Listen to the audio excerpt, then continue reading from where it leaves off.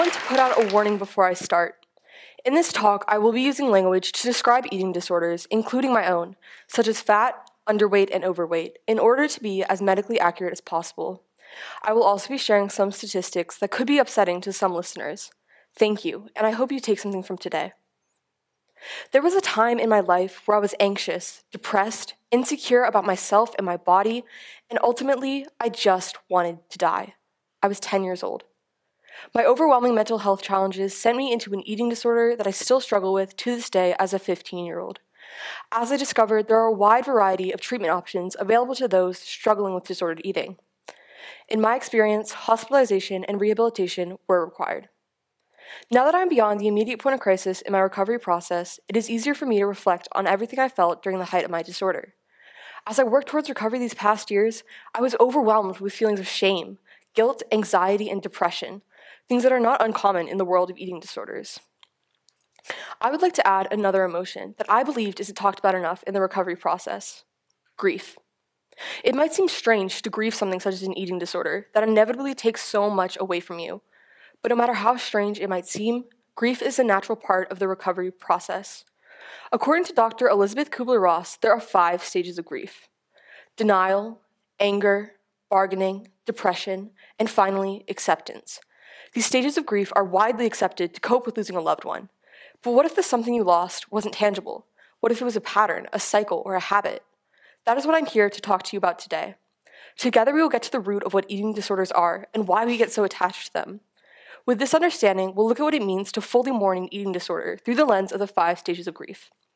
Finally, I'm going to be giving you the tools you need, the ones I wish I had, in order to help you process this grief in a meaningful way. Eating disorders aren't just about the food. They're about what the disordered behavior provides for the person affected. Whether that be control and structure, a way to make sense of the world, or even just something to rely on, eating disorders and other maladaptive behaviors are ways of coping with negative core beliefs. Core beliefs are a cognitive behavioral therapy technique created by psychiatrist Aaron Beck in the 1960s. Core beliefs are essentially your deepest assumptions about yourself, the world, and the future. These, of course, can be positive or negative. According to Beck's theory, core beliefs are not always at the forefront of our minds. They're those thoughts buried deep within our subconscious. Negative core beliefs are extremely common, and challenging them is one of the many ways to treat depression and other psychiatric illnesses. This is extremely relevant to eating disorders because negative core beliefs are often what fuel urges to act on disordered behaviors. As humans, we are constantly trying to cope with or fight against overwhelming thoughts or emotions, even if said coping skill hurts us. For people with eating disorders, the way to cope is often through overeating, undereating, vomiting after eating, or overexercising. Core belief to thought or emotion to urge, urge eventually to action.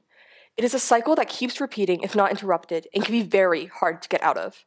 Understanding where your urges come from can help you understand your disorder.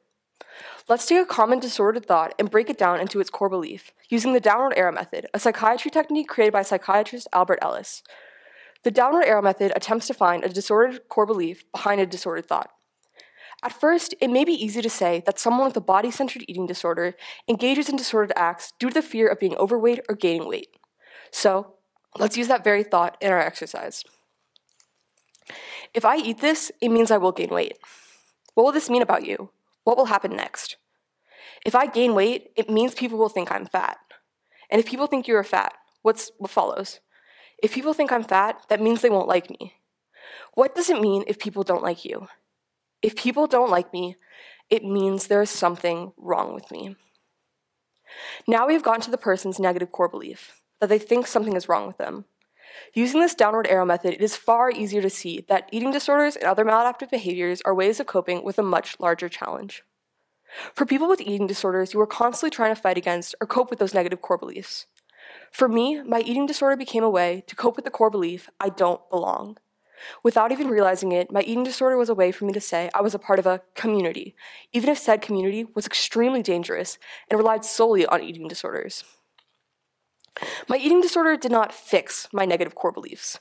Rather, it was an outlet for emotions I felt I could not handle in any other way. Relying on disordered behaviors is not ever a sustainable solution for dealing with negative core beliefs. I eventually reached a necessary decision point in my recovery process: recover or die.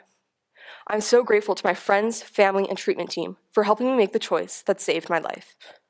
As I worked towards recovery these past years, I was overwhelmed with a sense of guilt. It took me a while to realize it, and even more time with my therapist, but that feeling of guilt, that weird sense of loss, was for my eating disorder. When you take away a coping skill that previously helped you deal with very heavy thoughts, there is a hole to fill. As a result, people often mourn their disorder and the comfort it brought with it as a stable coping mechanism. Not only are you mourning something that used to be in your life, you are also mourning a piece of you in the past. Now, what do you do with all this grief? For me, this grief is like a fire, trying to lure me in, back to the destructive behaviors that made it so much easier to ignore my negative core beliefs. So, the best thing I can do is to allow myself to feel the loss of my disorder, while also remembering the harm it did to me. I believe that the 5 stages of grief can be applied to when recovering from an eating disorder. I will be taking you through my own journey through the 5 stages of grief in hopes that it can provide you with some insight on how to get through the grief period of your eating disorder. First, we have denial. I denied that recovery was happening. I blocked out the fact that maybe I really was getting better and leaving my eating disorder in the past. I isolated myself from my treatment team and insisted on going back to behaviors I knew were bad for me. Next is anger. My anger swirled inside of me, lashing out at my friends, family, treatment team, but especially at myself. I questioned why anyone would make me go through such a horrible process and why it wasn't working faster.